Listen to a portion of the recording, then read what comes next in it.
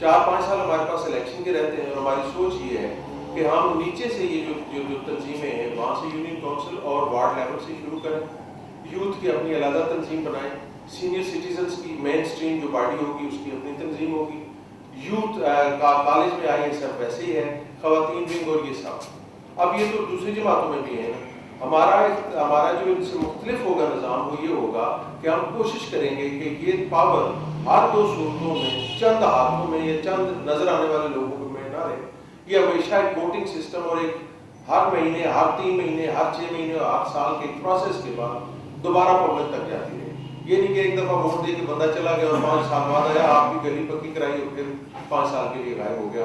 ہم اس طرح کے پروسیس میں آج کل اسلام آباد میں کام کر رہے ہیں۔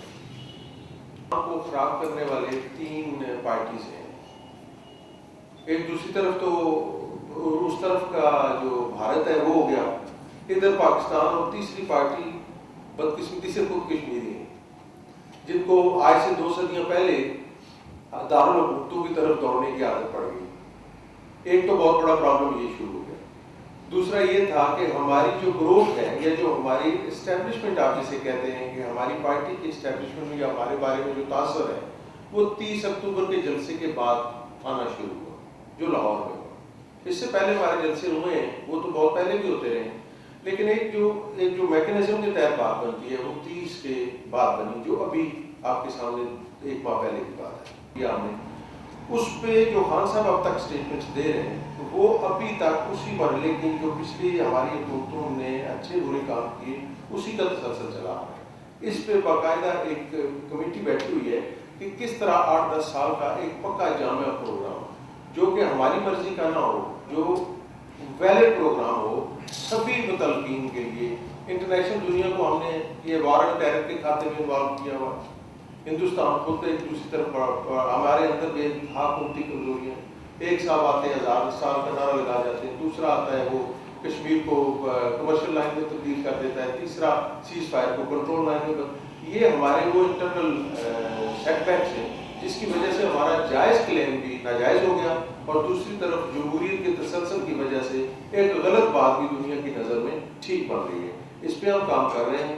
باضابطہ اعلان کی جو آپ بات کر رہے ہیں وہ یہ، جیسے میں نے آپ کو کہا کہ یہ 1 ماہ پہلے 2 ماہ پہلے ایک پارٹی کے اندر ایک فیل پیدا ہوئی، لوگوں میں ایک فیل ہوئی کہ ہم یہ کر رہے ہیں۔ اس کا باضابطہ انشاءاللہ 25 کے بعد جنوری کے پہلے ہفتے میں خان صاحب کے ساتھ یہ پروگرام رکھا ہوا ہے۔ سب یہاں آئیں گے جی، ایک بڑی پریس کانفرنس اسلام آباد میں ہوگی، اس کے بعد پھر 3 ڈویژنز میں خان صاحب کا دورہ کرایا جائے گا۔ 25 جنوری کے بعد کشمیر سیٹ اپ کا اعلان ہوگا۔ سیٹ اپ تو ہے، مطلب مجھے انہوں نے اس کا چیف، میں عرصے سے بلکہ 2004 میں تو 1998 سے انوالو تھا، لیکن میں چونکہ انگلینڈ میں رہتا ہوں 30 سال سے، تو ان کا وہاں پہ میں پارٹی کے ہیڈ تھا 5 سال کے لیے۔ تو پھر خان صاحب نے مجھے یہ کہا کہ چونکہ یہاں پہ ذرا آرگنائزیشن کے اور بہت سارے مسائل ہیں اور آپ کو ایک عرصے سے پارٹی میں رہنے کی وجہ سے ہمارے مزاج کا پتہ ہے، اس لیے آپ کوشش کریں کہ ہمیں یہ پارٹی جو ہے وہ منظم کر کے دیں آزاد کشمیر میں۔ سوری، بحث کرنا مقصد نہیں ہے، آپ نے فرمایا کہ اسلام آباد سے وہ بیٹھ کے آزاد کشمیر کے 3 ڈویژن کے لیے اعلان کریں گے، تو مظفر آباد سے یا آزاد کشمیر کے کسی شہر سے کیوں نہیں کرتے؟ آپ نے سجیسٹ نہیں کیا؟ میں نے سجیسٹ ان کو کیا تھا، دیکھیں اس کی جو آپ کی جو جیوگرافی ہے نا، کوئی امپریشن تو نہیں پڑے گا؟ کوئی امپریشن والی جیوگرافی جو آپ کی ہے وہ ڈفرینٹ ہے نا، آپ لوکیٹڈ ڈفرینٹ ہے، یعنی آپ ایک سمت ہے اور دوسری 2 سمت ہے، ٹھیک ہے یہ کوئی بڑا ویلڈ سلسلہ نہیں ہے، لیکن وہ ایک ایسا مرکزی مقام ہے جہاں سے سبھی لوگ آ کے وہاں پہ مطلب شرکت بھی کر سکتے ہیں، اور وہاں سے پھر دوروں کے ذریعے یہ تاثر ختم ہو جائے۔ کشمیر کے بارے میں یہی ہے نا کہ وہ مظفر آباد پہ آئیں گے، جب مظفر آباد ڈویژن میں آئیں گے تو وہی پر پریس کانفرنس ریپیٹ ہوگی۔ میں کر دیں، کوٹلی میں کر دیں۔ نہیں، اس کا میں آپ کو کنسرن میں بتا دوں گا کہ مظفر آباد پریس کلب سے یہ سوال آیا ہے، تو پھر دیکھتے ہیں وہ کا کیا پوائنٹ آف ویو کرتا ہے۔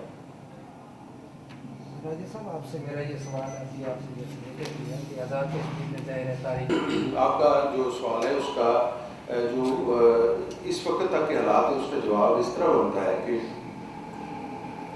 ہم نے 2004 میں اس کو لانچ کیا تھا، خان صاحب کو میرپور ڈویژن کا دورہ کروایا تھا اس وقت، لیکن بدقسمتی میں آپ کو بتاؤں کہ ایشو کو سمجھنے میں اسپیشلی وہ اگر مختلف ہو تو اس کو سمجھنے میں ٹائم لگ جاتا ہے۔ ہمیں اس وقت کوئی رسپانس 2004 اور آج 2011 چل رہا ہے، اس دوران ہم نے مختلف ایکٹیویٹیز کی، मुख्तलिफ जगह पे खान साहब, जलजले में खान साहब का मुजफ्फराबाद में और इस पूरे बैंक पे जो भी काम था मुझसे ज़्यादा आवाकर होंगे, लेकिन रिस्पांस पॉलिटिकली कोई नहीं था। सवाल दर सवाल और फिर उसके बाद भी सवाल। दो खान साहब के बाद इनकी टीम किधर है? खान साहब, ये इंसाफ क्या चीज़ होती है? ये आप चलाएंगे कैसे, आप आएंगे कैसे?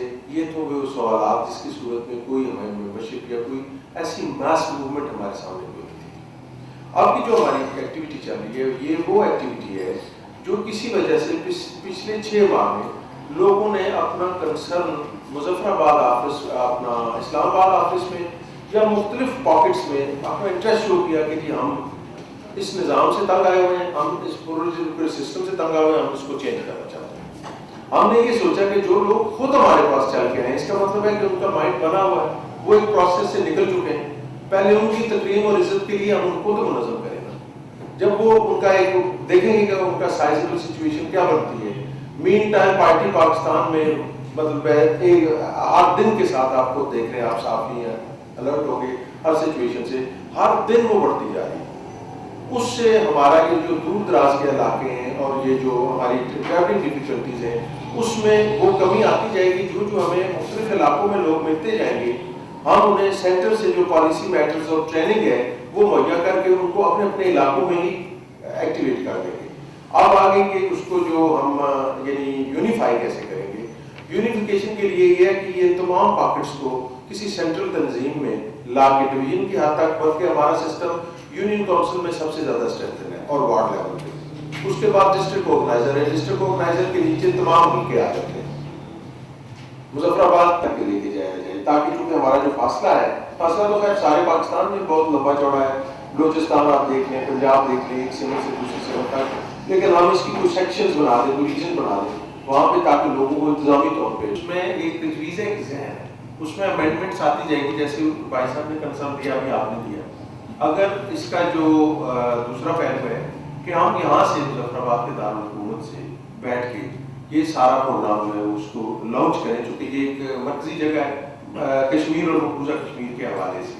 फुकदान वाला तो चूँकि उनकी भी यूरोपियन ब्राडअप है और मेरी भी परवरिश कहीं पे हुई है, वहाँ तो इशू जो है वो बादशाह होता है और बाकी पर्सनैलिटीज़ का जो यहाँ पे डिसऑर्गेनाइजेशन की प्रॉब्लम होती है वो हमारे यहाँ वो कोई नहीं है।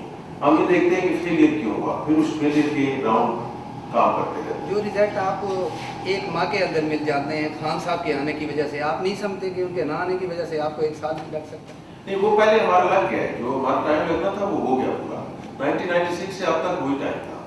अब जो टाइम है ना वो ऐसा नहीं है। अब मैंने जैसे आपको गुजारिश की कि जो लोग हमारे पास पहले आए हुए थे, जिनकी 2-2, 3-3 साल की मेंबरशिप है, उन लोगों के पास जगह जगह जाके हम जरा उनकी कोई थोड़ा सा उनसे रब्ता कर रहे हैं, उनसे बातचीत कर रहे हैं, उनको मुनज़्ज़म कर रहे हैं, उनकी मेंबरशिप ले रहे हैं, उनको रिकॉर्ड दिला रहे हैं, उनको कार्ड इशू कर रहे हैं, उनके साथ पॉइंट ऑफ व्यू एक्सचेंज कर रहे हैं। इसलिए वो मेरा ख्याल वो टाइम लंबे चौड़े वाली बात नहीं है। वैसे तो मियाँ साहब ने भी जो है जमात बनाने में आपको पता है कि कितना टाइम लगाया था, हालांकि सिर्फ नाम ही बदलना था, बाकी तो सब कुछ उधर ही है।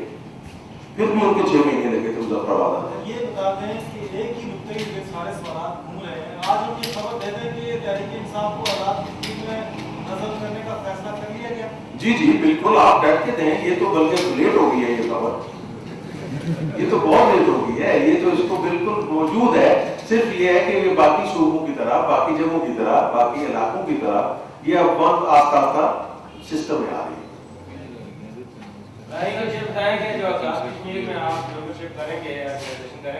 कि हमारी जो ये 5 दिन पहले की बात मैं आपको बता रहा हूँ, उसमें 92 मेंबरों ने शिरकत की थी और उस मीटिंग का आगाज सेंट्रल एग्जीक्यूटिव का हमने इस बात से किया था कि पूरे मुल्क में जो कुछ हो रहा है ये हमारे लिए बिल्कुल नया है।